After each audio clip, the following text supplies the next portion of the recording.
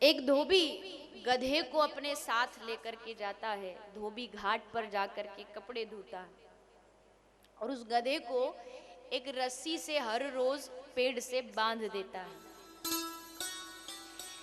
लेकिन आज वो धोबी अपने घर से रस्सी लाना भूल गया।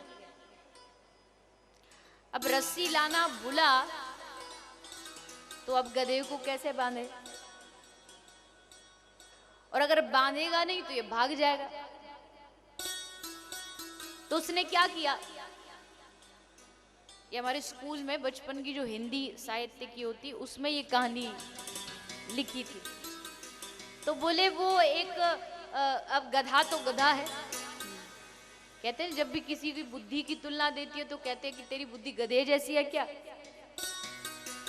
तो उसको पागल बनाने के लिए उसने क्या किया, एक रस्सी लाया और रस्सी ला करके मतलब रस्सी नहीं थी, काल्पनिक रस्सी, झूठ मूठ की रस्सी लेके और गधे को वैसे ही खड़ा किया पेड़ के साथ में और झूठ मूठ उसको ऐसे ऐसे हाथ घुमाने लगा जैसे रस्सी बांध रहा, हाथ में कुछ नहीं पर उसको ऐसे वो बांध रहा है कि रस्सी, और फिर उसमें ऐसे गांठ लगा दी 3-4, जैसे अब गांठ लग गई और चला गया कपड़े धोने। पूरा दिन उसने कपड़े धोया और शाम को जब आया तो गधा कहाँ था, क्या था, जहां बांध के गया था वही था। उसने सोचा कि मुझे तो रस्सी से कस के बस बांध दिया गया, अब तो हिल ही नहीं सकता, और उसने कोशिश भी नहीं की हिलने की, वहीं खड़ा रहा। शाम होके आए वहीं के वहीं खड़ा हुआ मिला। यही हालत हम सब की है, बस हमेशा चिल्लाते रहते माया ने बंधन में बांध रखा है, माया ने पकड़ रखा है। कुछ बंधन बंधन नहीं, सब काल्पनिक बंधन है जो हमने खुद ने बनाए हुए, सोचे हुए कि हम बंधे हैं। अरे एक कदम बढ़ा के देखो तो सही, सारे बंधन टूट जाएंगे। एक कदम कथा की ओर बढ़ा के तो देखो, भगवान सारे बंधन तोड़ देंगे। हम तो सोचे बैठे हैं। कथा में भी किसी से कहो ना कि चल भैया कथा हो रही है आपके मलाड में, चलो कथा सुन के आओ, तो कहता अरे काय की कथा, हमको तो मरने तक की फुर्सत नहीं है।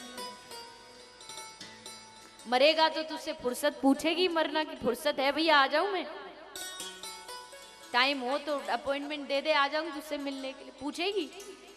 मरने की फुर्सत नहीं, कथा कहां से सुने। कुछ लोगों को तो पता नहीं कथा से एलर्जी होती है, कहते ना हमको इस मसाले से एलर्जी है, कोई कहता हमको धूल से, कईयों को कथाओं से ही एलर्जी होती है। वो ना तो खुद जाते और जो जाते उनको देख करके भी पता नहीं क्यों बैठे बैठे वह जलते रहते हैं। जाते हैं बस, कुछ देखो कुछ सीखते तो है नहीं। जैसे हैं 44 कथाओं से पहले जैसे थे, 44 के बाद भी वैसे की वैसे ही है। ठीक है नहीं बदले, मान लिया नहीं बदले, जैसे थे वैसे ही है। लेकिन एक शायर की कहावत है कि मंजिल तो मिल ही जाएगी भटक कर ही सही। मंजिल तो मिल ही जाएगी भटक कर ही सही, गुमराह तो वो हैं जो घर से निकले ही नहीं।